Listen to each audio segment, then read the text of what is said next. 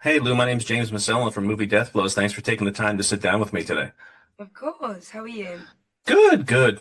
So I gotta ask you, you play Gal Dornick here. Do you ever get confused between seasons, like what timeline you're actually living in? Because I can't keep some of this stuff straight, like who's alive and who's not anymore. I know. I think we get lucky though this season because we all kind of on the same timeline now, which is great. It's so satisfying because at that point now we don't have to worry about that. We're just worrying about, where the stories progress. So yeah, it has been a bit confusing, a bit like how many years have passed, the past, the present, the future. But I think we finally all landed in the same place. This is definitely the easiest season to stay consistent with. I'm like, all right, I know exactly where we are right I now the whole know. time. And everyone is kind of in the same place and everyone kind of gets intertwined a little bit, which is really cool. You get to see, you know, everyone interacting. And you guys had a big addition to season three this year. You got Academy Award winner Troy Kotsur, who you get to talk to a lot. What was it like to work with him in some of those scenes, or on like the second Foundation planet and everything like that? Listen, he's amazing, and acting in Sign was amazing. It's just so straightforward, so peaceful, so he's just brilliant, it was just a new experience for me, and I'm so glad that I learned a new language and I got to do that with him. And I just feel honored that he wanted to be on our show and he did it brilliantly. I think he adds a level of calmness and just creativity and intenseness, and he's really great. I was going to ask, you didn't know any sign language before this season. You learned it like on the fly and everything like that. Yeah.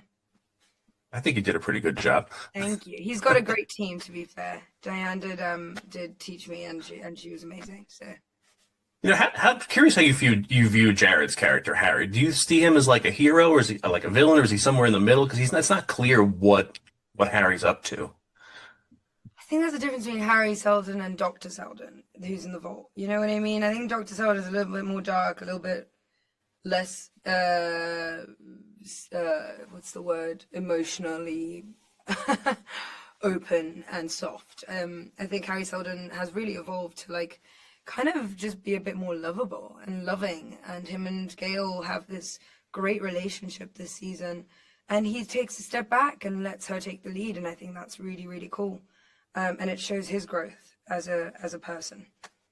We get to find out a lot about the second Foundation this season and a lot of things that Gail has going for her, maybe some powers we hadn't seen before. What was that cool for you to get to do everything like that, like shock people? Yeah, no, it's cool. When I read it, I was like, well, she can what? It's like she can do that. Well, she can do what now?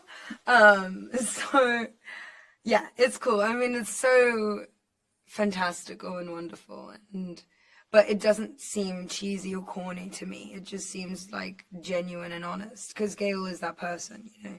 She's not a magic person. She's just someone with extended abilities, and she's trying to figure out how she can use them to save humanity.